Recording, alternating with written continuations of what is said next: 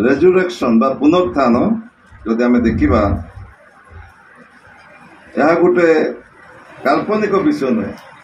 This is not the myth मनगढ़ा विषय ना यहाँ गोटे प्रकृत विषय एवं अद्वितीय विषय जमती प्रभु जीशु को छड़ा आ पूर्वर कहीं मरिबा पर जी उठी ना कि आग को कहीं मरिकी जी उठे ना किंतु जो माने तांको विश्वास करते जिते द्वितीय आगमन हम सेते बेले जो माने परित्राण पाई से समस्ते उठिबे। Praise the Lord.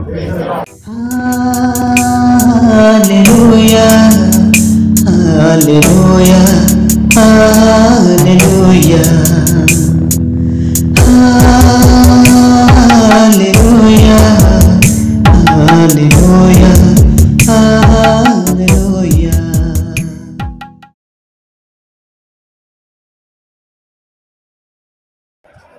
फिलिपियन 4:4 लिखा होछि rejoice again I say rejoice. Nehemiah कहते the joy of the Lord is my strength. बोलो तो सर्वप्रथम मु परमेश्वर को सुजोग पर धन्यवाद दिए तार संगे संगे स्थानीय पालक सूर्य बाबू को धन्यवाद दिए एवं आपण मान समस्त मोर ईस्टर नमस्कार। आज मुख्य संदेश होची resurrection is a message of hope. Resurrection मान पुनरुत्थान होची गोटे आशार संवाद बा भरोसार संवाद। आज ध्यान निमंत्रण आम माथ्यू पुस्तक तार 18:1-8 जाए पढ़ा। रेजुरेक्शन बा पुनरुत्थान जदि आम देखा यह गोटे काल्पनिक विषय नुहे। This is not the myth मनगढ़ा विषय ना यहाँ गोटे प्रकृत विषय एवं अद्वितीय विषय जमती प्रभु जीशु को छड़ा आ पूर्वर कहीं मरिबा पर जी उठी ना कि आग को कहीं मरिकी जी उठे ना किंतु जो माने तांको विश्वास करते जिते द्वितीय आगमन हम सेते बेले जो माने परित्राण पाई से समस्ते उठिबे। Praise the Lord. समस्ते कहबा के हालेलुया। तेणु कि यह हूँ सबुठार गोटे बड़ घटना। It is a great event in the history of Mankind. हूँ मूल भित्ति ख्रीष्टीय विश्वासी मानक this is the foundation. It is the foundation for Christian faith. आम मान विश्वास रेजुरेक्शन बा पुनरुत्थान हूँ गोटे मूल दुआ। It is a corner stone. यह गोटे कोणर प्रस्तर सदृश। It is not a myth but the real incidents witness by many. एटा गोटे प्रकृत घटना। एटा गोटे काल्पनिक भाव किए जो कहीकि मिथ्या प्रचार कर नुहे। यह हूँ प्रकृत घटना। तांकर पुनरुत्थान हूँ प्रकृत घटना जहाँकि जड़े नुहे 2 जन नुहे 5 जन नुहे अनेक तार साक्ष्य देइछन्ति। तेणु कि आज मुख्य प्रसंग 3टी विषय को नहीं हम। Proof of resurrection. प्रूफ माने प्रमाण प्रकृत रे पुनरुत्थान होइछि कि नहीं से विषय हमें शास्त्रांश किसी देखा। द्वितीय विषय हूँ what resurrection means to us. पुनरुत्थान कहले आम जीवन पर कौन व्हाट इट मीन्स से आमको कौन बुझाऊे। आ तृतीय विषय हूँ how should we live now. आम वर्तमान किमती पुनर्थित प्रभु जीशु को जानिला परे आमर निज निज जीवन को किपरि भाव आम बंचिबा। तेणु कि विशेष करके 3 भाग रे मेसेजटा है प्रथम हूँ प्रूफ ऑफ रेजुरेक्शन बा पुनरुत्थान ताको आमे प्रमाण करबा प्रकृत रे एटा प्रकृत घटना कहीं बहुत लोक तार साक्ष्य देइछन्ते जो माने प्रथम शताब्दी रे जीवित थिले जो माने प्रभु जीशु द्वारा चालित होतिले जो माने तांको शिष्य थिले सेमते अनेक लोक से माने प्रमाण जो माने आखिर निजे देखी से माने प्रमाण करछन्ते जे प्रकृत रे प्रभु जीशु उठी छन्ते ही इज रीजन आमे जदि समस्त सुसमाचार देखिबा माथ्यू मार्क लूक जोहन ये चारोटी सुसमाचार तांकर पुनरुत्थान विषय में लिखाई एपरिक तांकर जन्म मध्य चारोटी सुसमाचार नहीं केवल 3टी सुसमाचार अच्छे जमी आपण जॉन पुस्तक जन्म विषय लिखाई ना किंतु जो पुनरुत्थान विषय समस्त सुसमाचार लिखाई आ देखिए माथ्यू 28:6 मार्क 16:6 लूक 24:6 आपण मान पाइबे जीसस इज रिजन से पुनरुत्थित होइछन्ते से उठिछन्ते से आ कबर रे सुई कि नाहंते से उठिछन्ते ता हमें देखिबा पाइबा तेणु तांकर पुनरुत्थित विषय केवल जे नूतन नियम रे लिखा अछि ता नय तांकर पुनरुत्थित विषय पुरातन नियम रे भी लिखा अछि भाववादी माने आगोर ताहा प्रोफेसी करथिले कहिथिले एमती एमती जड़े महान पुरुष जे कि परमेश्वर से जगत को आसबे मृत्युवरण करेंगे कबरस्थ हेबे एवं पुणी से जी उठिबे तेणुक यह हूँ परमेश्वर गोटे योजना this is the plan of God आमे जदि प्रथम देखिबा परमेश्वर जेतेले मनुष्य को तैयार करथिले से निज सदृश तैयार करथिले एवं निजर आत्मा तांको देइथिले समस्त आत्मा माने जेनेसिस बा आदि पुस्तक रे जा लेखा अछि समस्त जानती एबे समय अल्प जोग सब विषय में चर्चा करबा नै कि आमे समस्त जानू परमेश्वर जे केमती मनुष्य सृष्टि करथिले निज सदृश रे सृष्टि करथिले in his own image and in his own likeness किंतु मनुष्य पाप करने द्वारा आम मानकर जो प्रथम पिता जे आदम से पाप करने द्वारा मनुष्य पतित होला आ प्रभु कौन पे सृष्टि करथिले मनुष्य को मनुष्य जेपरि सदा बेले तांको सहित सहभागिता रहिबे फेलोशिप किंतु जेतेले मनुष्य पाप कला से सहभागिता नष्ट हो गला से प्रभु सहित जोगाजोग करि पारले नै जेतेले से माने फल खाइले जेतेले जिस प्रभु आसुछन्ते सेठु पचारछन्ते आदम तमे कुआडे से माने लुचिकी रहउछन्ते प्रेज द लॉर्ड तेणु प्रभु चाहुथिले मनुष्य जेपरि सदा बेले तांको सहित सहभागिता रहिबे सेति से आ गोटे योजना कले से योजना होछि कोन निजर अद्वितीय पुत्र को से जगत को पठेले कौन पाए पठेले मृत्युवरण करने that is a pre plan of God कहीं बिना रक्त मोचन रे पाप क्षमा हुए नहीं जिमती हिब्रू पुस्तक अछि there is no forgiveness of sins without shedding of the blood जेते पुरातन समय रे लोके पाप करथिले के छेली के मेंढा के कपत एमते ने के कौन करथिले बलिदान करथिले एवं से पाप क्षमा होतला पुणी पाप कले पुणी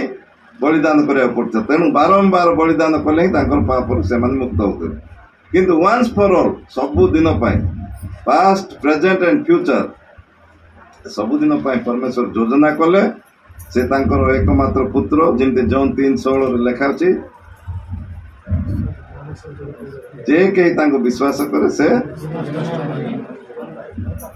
एटर्नल लाइफ स्वर्ग राज्य अधिकारी हम प्रेज द लॉर्ड तेणु से तांको पुत्र को पठाइले एटा गोटे परमेश्वर योजना यार आगर योजना थे तेणु आम बर्तमान जदि आम प्रूफ देखा आम सबू पढ़ा नहीं आपण मैंने नोट करूँ पर ये जो जिते ये गुड़ा स्क्रिप्चर पर्सन अच्छे पढ़ले बहुत समय जीव तेणु आम जदि ओल्ड टेस्टामेंट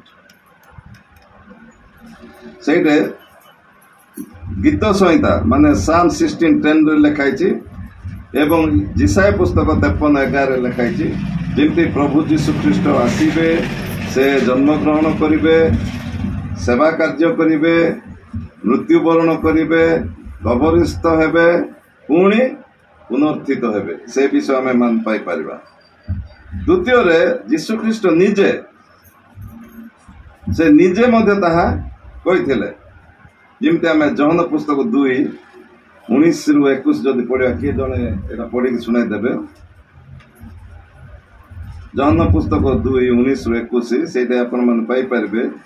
यीशु ख्रीष्ट निजे साक्ष्य दैछन्ते ए विषय रे। यीशु सेମାନଙ୍କୁ उत्तर देले, तुम्भेमाने ଏହି ମନ୍ଦିରକୁ ବିନାଶ କର, ଆଉ 3 ଦିନ ମଧ୍ୟରେ ମୁଁ ତାହା ତୋଳିଦେବି। ସେଥିରେ ଯହୂଦୀମାନେ କହିଲେ, ଏହି ମନ୍ଦିର ନିର୍ମାଣ କରିବା ନିମନ୍ତେ 86 ବର୍ଷ ଲାଗିଅଛି, ଆଉ ତୁମ୍ଭେ କହ ତାହାକୁ 3 ଦିନରେ ତୋଳିଦେବ।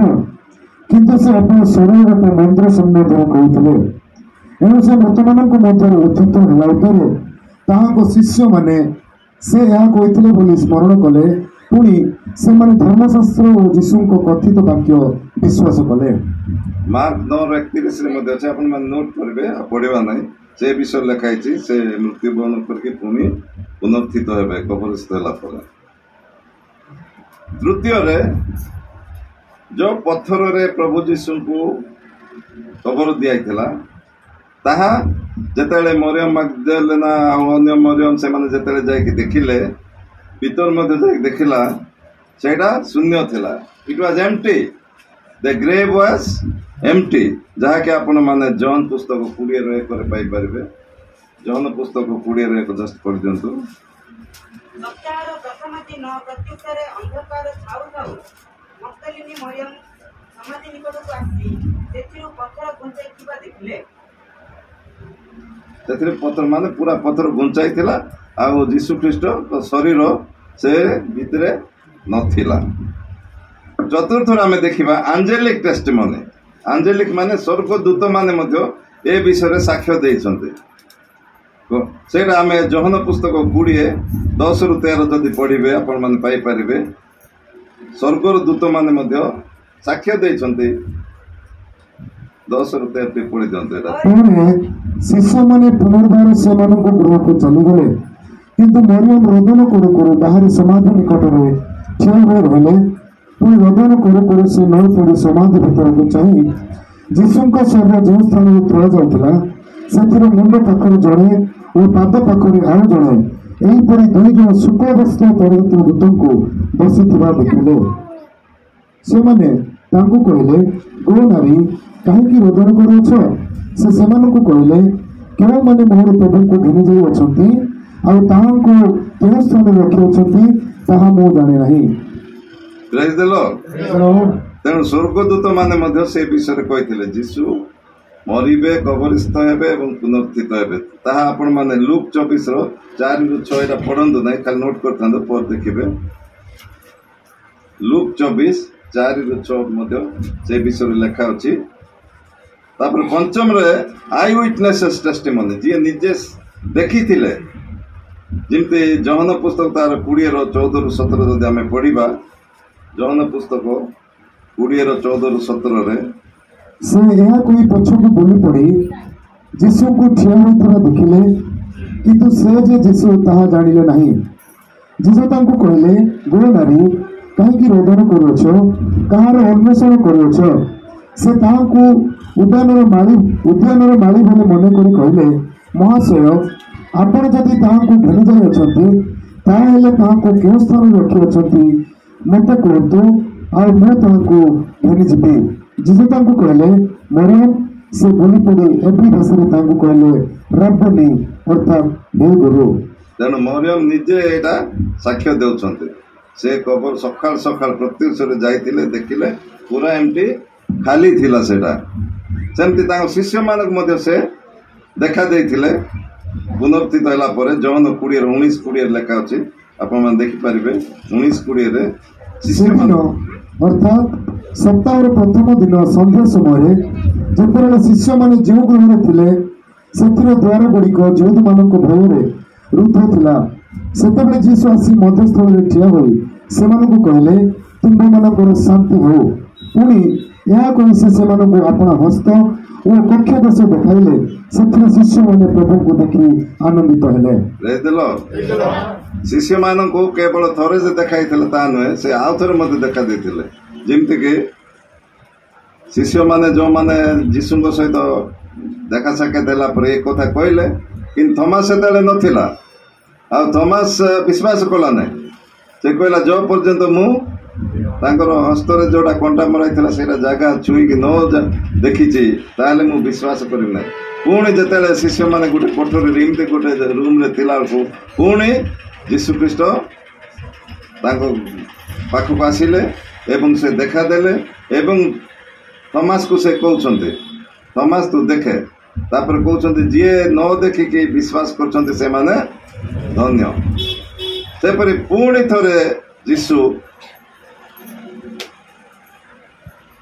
ଶିଷ୍ୟମାନଙ୍କୁ ଦେଖା ଦେଇଥିଲେ। ଯେତେବେଳେ ଶିଷ୍ୟମାନେ ଯୀଶୁଖ୍ରୀଷ୍ଟ ମଲା ପରେ ସେମାନେ ଆହୁରି ପଛଘୁଞ୍ଚା ହେଇକି ନିଜର ପୁରୁଣା କାର୍ଯ୍ୟ କରିବା ପାଇଁ ବାହାରିଲେ। କ'ଣ କରିବା ପାଇଁ? ମାଛ ଧରିବା ପାଇଁ। ଆଉ ସେମାନେ ରାତି ସାରା ତାଙ୍କ ଡଙ୍ଗା ବୁଲେଇ ବୁଲେଇ ଆସିଲେ, କିନ୍ତୁ କିଛି ଗୋଟେ ବି ମାଛ ମିଳିଲା ନାହିଁ। ଠିକ୍ ସେତେବେଳେ ଯୀଶୁ ଯାଇକି ପହଞ୍ଚିଲେ। ଆଉ ସେ କହିଲେ କ'ଣ କରୁଛ? ନାଇଁ ମାଛ ଧରିବାକୁ ଯାଇଥିଲୁ। କାହିଁ ମାଛ? ନାଇଁ କିଛି ନାହିଁ ମାଛ। ଆଚ୍ଛା, ଯେତେବେଳେ ସେ ଏ କଥା କହିଲେ, ସେ କହିଲେ କ'ଣ? ଟିକେ ଡାହାଣ ସାଇଡ୍ରେ ଆଉ ଥରେ ଡଙ୍ଗା ନୌକା ନେଇକି ଜାଲ ଫିଙ୍ଗ ପକାଅ। ଆଉ ସେମାନେ ସେପରି କଲା ପରେ ବହୁତ ମାଛ ଧରିଥିଲେ। କେତୋଟି ମାଛ ଆସିଥିଲା କିଏ କହିପାରିବ? 153। ପ୍ରେଜ୍ ଦ ଲର୍ଡ। ଭାଇଙ୍କୁ ଲାଗି ଗୋଟେ ତାଳି ମାରିଦିଅ ଦି ଜଣ। 153 ମାଛ ମାରିଥିଲେ। ମାନେ ସେ ମାଛ ଗୁଡ଼ା ବହୁତ ବଡ଼ ବଡ଼ ଥିଲା ବୋଧେ, କାହିଁକି ଡଙ୍ଗା ବୁଡ଼ିବାକୁ ଲାଗିଲା। ଆଉ ସେ ପାଖ ଗୋଟେ ଡଙ୍ଗା ଥିଲା, ତାଙ୍କୁ ମଧ୍ୟ ଡାକିଲେ, ମିଶିକି ଆଣିଲେ। ଉପରକୁ ଆଣିଲା ପରେ ଯୀଶୁ ତାଙ୍କୁ କହୁଛନ୍ତି କିଛି ଖାଇବାକୁ ଦିଅ। ତାପରେ ସେମାନେ କ'ଣ କରୁଛନ୍ତି? ମାଛକୁ ପୋଡ଼େଇକି ଯୀଶୁଙ୍କୁ ଦେଲେ। ଆଉ ଯୀଶୁ ଖାଇଲା ପରେ ସେ ସେଇଠୁ ଅନ୍ତର୍ହିତ ହେଲେ। ସେତେବେଳକୁ ସେମାନେ ଚିହ୍ନିଲେ, ଜାଣିଲେ ଯେ ସେ ହେଉଛନ୍ତି ପ୍ରକୃତ ଯୀଶୁ। ପ୍ରେଜ୍ ଦ ଲର୍ଡ। ତେଣୁ ଯୀଶୁ ପ୍ରକୃତରେ ପୁନରୁତ୍ଥିତ ହୋଇଛନ୍ତି। ଏ ସମସ୍ତ ଘଟଣାର ଆମେ ଜାଣିପାରୁଛୁ ଯୀଶୁ ନିଶ୍ଚିତ ଭାବରେ ପୁନରୁତ୍ଥିତ ହେଇଛନ୍ତି। ଆଉ ତାହା ହିଁ ଆମର ବିଶ୍ୱାସ। ଏବେ ଆମେ ଅନ୍ୟ ଧର୍ମ ବିଷୟରେ ଚର୍ଚ୍ଚା କରିବା ନାହିଁ, କିନ୍ତୁ ଅନ୍ୟମାନେ ଯାହାକୁ ବି ପୂଜା କରୁଛନ୍ତି ସେମାନେ ସବୁ ସୃଷ୍ଟ ବସ୍ତୁ। ମାନେ ପରମେଶ୍ୱର ଯାହାକୁ ସୃଷ୍ଟି କରିଥିଲେ ସେମାନେ ସୃଷ୍ଟ ବସ୍ତୁ। ଯେମିତି ଗଛ, ପଥର, ଉଇହୁଙ୍କା କି ଗାଈ ଗୋରୁ କି ଇଭେନ୍ ମନୁଷ୍ୟକୁ ମଧ୍ୟ, ଯେଉଁ ମନୁଷ୍ୟକୁ ସେମାନେ ପୂଜା କରୁଥିଲେ ସେମାନେ ପରମେଶ୍ୱର ନୁହନ୍ତି। କାହିଁକି? ଯୀଶୁଙ୍କୁ ଛାଡ଼ିକି କେହି ବି ଆଉ ମରିକି ଉଠି ନାହାନ୍ତି, କେବଳ ଯୀଶୁ। ତେଣୁକି ସେ ପ୍ରକୃତ ଈଶ୍ୱର। ତାହା ଆମେ ହୃଦୟଙ୍ଗମ କରିବାକୁ ପଡ଼ିବ, ହୃଦବୋଧ କରିବାକୁ ପଡ଼ିବ। ହି ଇଜ୍ ଦ ଓନ୍ଲି ଗଡ୍। ଆଉ ଆମର କାର୍ଯ୍ୟ ଦ୍ୱାରା କି କୌଣସି ଭଲ ଉତ୍ତମ କାର୍ଯ୍ୟ ଦ୍ୱାରା ଆମେ କେବେ ହେଲେ ପରିତ୍ରାଣ ପାଇପାରିବା ନାହିଁ। କେବଳ କ'ଣ ଦ୍ୱାରା ପାଇପାରିବା? କେବଳ ବିଶ୍ୱାସ ଦ୍ୱାରା। ତେଣୁ ଯୀଶୁ ଯେତେବେଳେ ପୁନରୁତ୍ଥିତ ହେଲେ ସେ 40 ଦିନ ଏ ପୃଥିବୀରେ ହିଁ ଥିଲେ, ସେ ସ୍ୱର୍ଗକୁ ଯାଇନଥିଲେ। He was there for 40 days। ଆଉ ଶିଷ୍ୟମାନଙ୍କୁ ମଧ୍ୟ କହିଥିଲେ, ମୁଁ ଯେଉଁ ପର୍ଯ୍ୟନ୍ତ ତୁମ ପାଖକୁ ଆସିନାହିଁ ତମେ କିଛି କାର୍ଯ୍ୟ କରିବ ନାହିଁ। କାହିଁକି? ସେ ପବିତ୍ର ଆତ୍ମାଙ୍କୁ ତାଙ୍କୁ ଦେବା ପାଇଁ ଚାହୁଁଥିଲେ ଏବଂ ପବିତ୍ର ଆତ୍ମାଙ୍କ ପରିପୂର୍ଣ୍ଣରେ ସେମାନେ ଶକ୍ତି ପ୍ରାପ୍ତ ହେଲେ ତାପରେ ସେମାନେ ସେବା କାର୍ଯ୍ୟ ଆରମ୍ଭ କରିବେ। ତେଣୁକି ଆମେ ପ୍ରେରିତ ତାର 2ରେ ଡିଟେଲ୍ସ ଏ ବିଷୟରେ ଲେଖା ହେଇଛି। ଆଉ ସେମାନେ ଯେତେବେଳେ ପବିତ୍ର ଆତ୍ମା ଆସିଲେ ତାଙ୍କୁ ଯେମିତି ପ୍ରେରିତ ତାର 1:8 ଲେଖା ହେଇଛି, when you will receive the power of the Holy Spirit, ଯେତେବେଳେ ତୁମେ ମାନେ ପବିତ୍ର ଆତ୍ମାଙ୍କ ଦ୍ୱାରା ଶକ୍ତିଯୁକ୍ତ ହବ, you will be my witnesses, ତୁମେ ମୋ ଲାଗି ସାକ୍ଷ୍ୟ ଦେବ in ଜେରୁସାଲେମରେ, all of Judea, all of Samaria and the uttermost parts of the world। ମାନେ ଜେରୁସାଲେମରେ, ତା ମାନେ ଆମମାନଙ୍କର ନିଜ ନିଜ ଅଞ୍ଚଳରେ ଆଜି ତାହା ଆମମାନଙ୍କୁ ବୁଝାଏ। ଜେରୁସାଲେମ, ଅଲ୍ ଅଫ୍ ଜୁଡିଆ, ଆଉ ଟିକେ ଦୂର, ଆଉ ଗୋଟେ ଦୂର ରାଜ୍ୟ, ପୁରା ପ୍ରାନ୍ତର ଯାଏ ଶେଷ ଯାଏ ଯିବା ପାଇଁ ସେମାନଙ୍କୁ କହିଲେ ଆଉ ସେମାନେ ମଧ୍ୟ ସେତେବେଳେ ସେ କାର୍ଯ୍ୟ କରୁଥିଲେ। ଆଉ ଯୀଶୁ ଖ୍ରୀଷ୍ଟ ମାନେ ଅର୍ଡିନାରୀ ଲୋକଙ୍କୁ ନେଇ ସାଧାରଣ ଲୋକଙ୍କୁ ନେଇକି ଅସାଧାରଣ କାର୍ଯ୍ୟ କରନ୍ତି। Our God is a God who get the work done through ordinary people, the extraordinary things. କାହିଁକି ସେଥିପାଇଁ ସେ ଯୀଶୁ ଯେତେବେଳେ ତାଙ୍କ ଶିଷ୍ୟମାନଙ୍କୁ ବାଛିଥିଲେ ସେ କି ପ୍ରକାର ଲୋକଙ୍କୁ ବାଛିଥିଲେ? ସାଧାରଣ ଲୋକଙ୍କୁ, କିଏ ମାଛ ଧରୁଥିଲେ, କିଏ ଚୁଙ୍ଗି ନେଉଥିଲେ, ଏ ପ୍ରକାର ଲୋକଙ୍କୁ। ତେଣୁ ଯୋଉଟା 2000 ବର୍ଷ ତଳେ ତାଙ୍କ ଶିଷ୍ୟମାନଙ୍କୁ ସେ ଯୋଉ କଥା କହିଥିଲେ ଆଜି ମଧ୍ୟ ସେ କଥା ଆମ ପାଇଁ ପ୍ରଯୁଜ୍ୟ। ପ୍ରେଜ୍ ଦ ଲର୍ଡ କହିବା କି? ଆଉ ପ୍ରଭୁ ଚାହାନ୍ତି ଆମେ ସମସ୍ତେ ଜଣେ ଜଣେ ସୁସମାଚାର ବାହକ ହେବା, ସୁସମାଚାର ପ୍ରଚାରକ ହେବା। ଅଧିକାଂଶ ଆମମାନଙ୍କର ଧାରଣା ଅଛି ପାଳକଙ୍କର କାର୍ଯ୍ୟ ସୁସମାଚାର ପ୍ରଚାର କରିବା ବୋଲି, କିନ୍ତୁ ପାଳକଙ୍କ କାର୍ଯ୍ୟ ସୁସମାଚାର ପ୍ରଚାର କରିବାଟା ନୁହେଁ। ଯେଉଁମାନେ ମଣ୍ଡଳୀଭୁକ୍ତ ହେବେ ତାଙ୍କୁ ସେମାନେ କେମିତି ପାଳକ ଭଲ ଶିକ୍ଷା ଦେଇକି ସୁସଜ୍ଜିତ କରିବେ, ହି ୱିଲ୍ ଇକ୍ୱିପ୍। ତାପରେ ସେ ଶିଷ୍ୟମାନେ ପୁଣି ଯାଇକି ସୁସମାଚାର ପ୍ରଚାର କରିବେ। ଯେମିତି 2 ତିମୋଥୀ 2:2 ଲେଖା ଅଛି, whatever you heard in presence of many witnesses, ଯାହା କିଛି ତୁମେ ସମସ୍ତଙ୍କ ସାକ୍ଷାତରେ ଶୁଣିଅଛ, entrust to reliable person, ଯିଏ କାର୍ଯ୍ୟ କରିବା ପାଇଁ ସକ୍ଷମ ସେ ପ୍ରକାର ଲୋକଙ୍କୁ ତାକୁ ସାବ୍ୟସ୍ତ କର, ସେମାନେ ମଧ୍ୟ ଯାଇକି ସୁସମାଚାର ପ୍ରଚାର କର। That means each one teach one.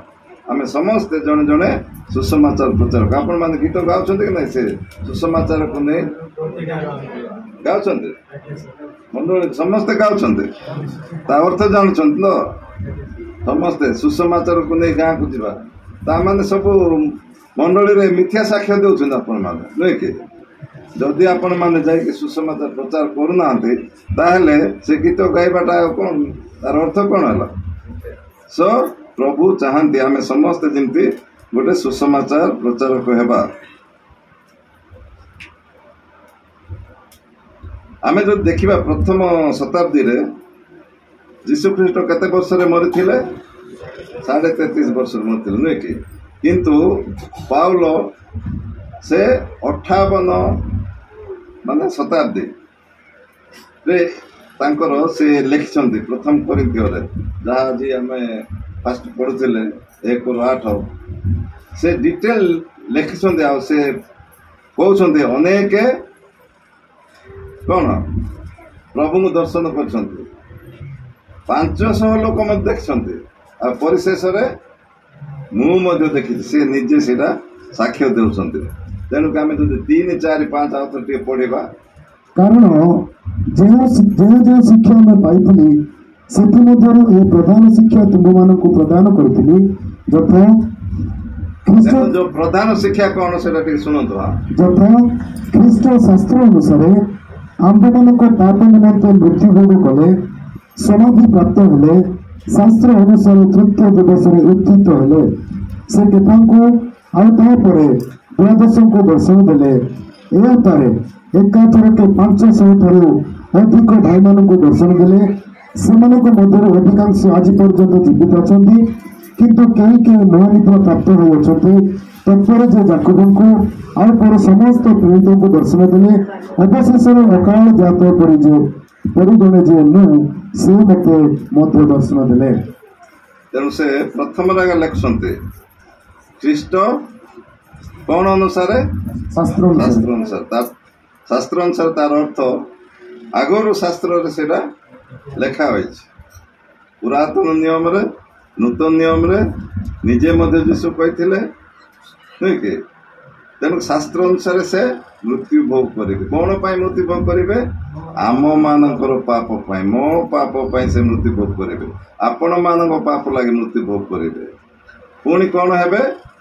ସମାଧିସ୍ଥ ହେବେ, କବର ଦିଆହବ ତାଙ୍କୁ, ଆଉ ତୃତୀୟ ଦିନରେ ସେ ପୁନରୁତ୍ଥିତ ହେବେ ଶାସ୍ତ୍ର ଅନୁସାରେ।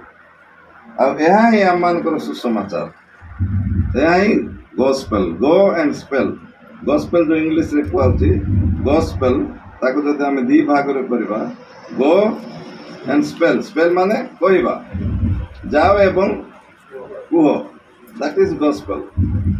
ଆଉ ବିଶେଷ କରିକି କେତୋଟି ଗସ୍ପେଲ ଅଛି? 4ଟି ଗସ୍ପେଲ ଅଛି। କିନ୍ତୁ କେହି କେହି କହନ୍ତି 5ଟି ଗସ୍ପେଲ ମଧ୍ୟ ଅଛି। ସେ ପଞ୍ଚମ ଗସ୍ପେଲ କ'ଣ? କୁହନ୍ତୁ କୁହନ୍ତୁ। ସେ ପଞ୍ଚମ ଗସ୍ପେଲ ଅଛନ୍ତି ଆପଣ, ସେ ପଞ୍ଚମ ଗସ୍ପେଲ ହେଉଛି ମୁଁ, ସେ ପଞ୍ଚମ ଗସ୍ପେଲ ହେଉଛନ୍ତି ଆମର ପାଳକ ବାବୁ, ନୁହେଁ କି ବଳିଆର ସିଂ ବାବୁ। ତାର ଅର୍ଥ କ'ଣ ବୁଝିପାରୁଛନ୍ତି? ଆମ ପରମେଶ୍ୱର ହେଉଛନ୍ତି ପବିତ୍ର ପରମେଶ୍ୱର। ଗଡ୍ is Holi, god is Holi, ନୁହେଁ କି? ଆଉ ହୋଲି ଆଉ ଅନହୋଲି କେବେ ମିଶିବେ କି? ତେଣୁ ପ୍ରଭୁ ଚାହାନ୍ତି ଆମେ ସମସ୍ତେ ମଧ୍ୟ ପବିତ୍ର ହେବା। କ'ଣ ହେବା? ପବିତ୍ର ହେବା। ତାହେଲେ ଆମେ ତାଙ୍କ ସହିତ ସୌଭାଗିତାରେ ରହିପାରିବା। ତେଣୁ 2 Corinthians 5:17 ଲେଖା ଅଛି, ଟିକେ ପଢ଼ିବେ। ଏଣୁ ଯଦି କେହି ଖ୍ରୀଷ୍ଟଙ୍କ ଠାରେ ଅଛି ତେବେ ସେ ନୂତନ ସୃଷ୍ଟି ରହିଅଛି, ପୁରାତନ ବିଷୟ ସବୁ ଲୋପ ପାଇଅଛି, ଦେଖ ନୂତନ ବିଷୟ ସବୁ ହୋଇଅଛି। ଯିଏ ଖ୍ରୀଷ୍ଟଙ୍କ ସହିତ ଅଛି, if you are in Christ you are a new creation. ତୁମେ ଗୋଟେ ନୂତନ ସୃଷ୍ଟି। ନୂତନ ସୃଷ୍ଟି ମାନେ କ'ଣ? ପୁରା ନୂଆ, ବ୍ରାଣ୍ଡ ନ୍ୟୁ, ନୁହେଁ କି? ତା ମାନେ ପୁରାତନ ବିଷୟ ସେଇଠି କିଛି ରହିବ ନାହିଁ। ପୁରାତନ ବିଷୟ ଆମେ ଯେଉଁ ସ୍ୱଭାବରେ ଜୀବନ ଯାପନ କରୁଥିଲୁ, ସେ ଜୀବନ ଖ୍ରୀଷ୍ଟଙ୍କୁ ଗ୍ରହଣ କଲା ପରେ ସବୁ ଆମେ ଯେତେବେଳେ ବତ୍ମିସ୍ନା ନେଉଛୁ, ସେ ପାଣିରେ ଆମେ ବୁଡ଼ିଲା ବେଳକୁ ସେ ପୁରୁଣା ସ୍ୱଭାବ ସବୁ, ଆମେ ଯଦି ବପ୍ତିସ୍ମ ନେଉଛୁ ଆମେ ଖ୍ରୀଷ୍ଟଙ୍କ ସହିତ ମରିଯାଉଛୁ, ପୁଣି ଉଠିଲେ ଆମେ ପୁନର୍ଥିତ ହେଉଛୁ। ତେଣୁ ଆମ ନୂତନ ଜୀବନ ମିଳୁଛି ଆମକୁ। ସେ ନୂତନ ଜୀବନ ପୁନର୍ଥିତ ଜୀବନ। ଆଉ ସେ ଜୀବନ କେମିତି ହେବା ଦରକାର? ଖ୍ରୀଷ୍ଟଙ୍କ ସ୍ୱଭାବରେ ବଢ଼ିବା ଆବଶ୍ୟକ। ତେଣୁକି ବାକ୍ୟରେ ଲେଖା ଅଛି ବି Holi.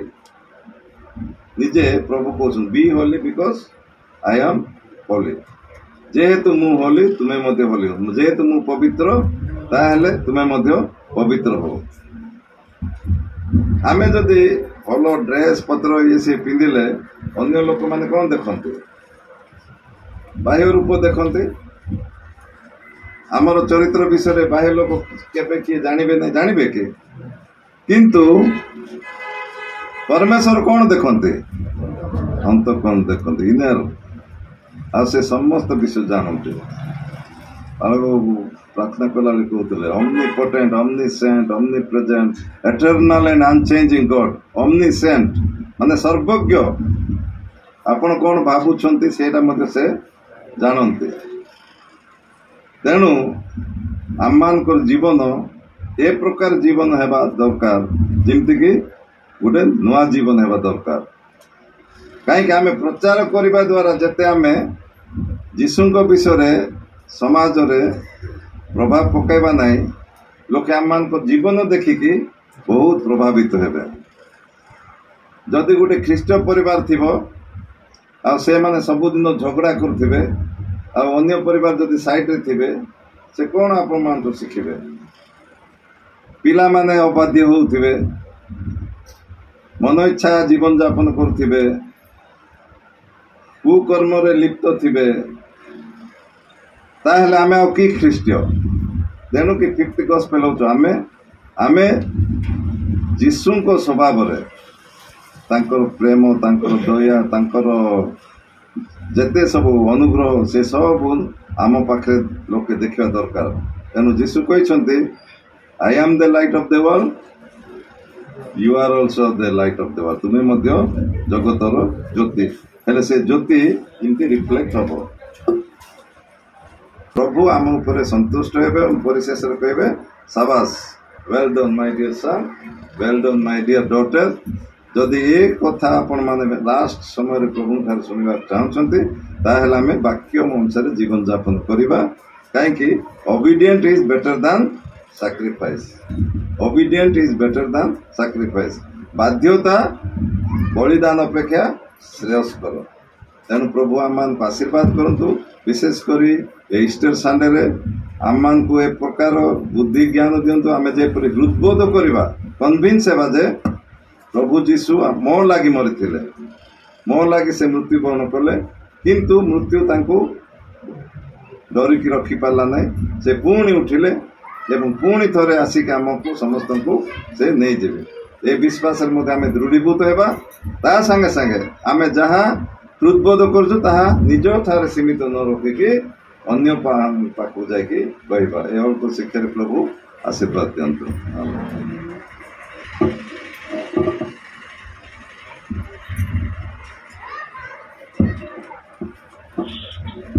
Hallelujah praise the Lord अति सुंदर शिक्षा थिला मन को निमंते प्रभु दास मान को सुंदर भाव रे कहते जे पुनरुत्थान प्रमाण एवं पुनरुत्थान कौनटे आम केमती आम जीवन यापन करवा से सब विषय अनेक शास्त्रांश अनेक विषय नहीं से आम को शिक्षा दौले वास्तव में ताहा सत्य अटे ताहा आम प्रযোज्य अटे हालेलुया आम शांति आम परित्राण आम अनुग्रह निमंते प्रभु ताहा करिछंती आज से आम शांति रे जीवन यापन करिपारुछु सुरक्षित भाव रही पारिछु हालेलुया प्रभु तांकर प्रिय दासों को बाहुल्य भाव रे आशीर्वाद करंतु और तांकर सेवा रे माइटिली यूज करंतु हम प्रार्थना प्रभु।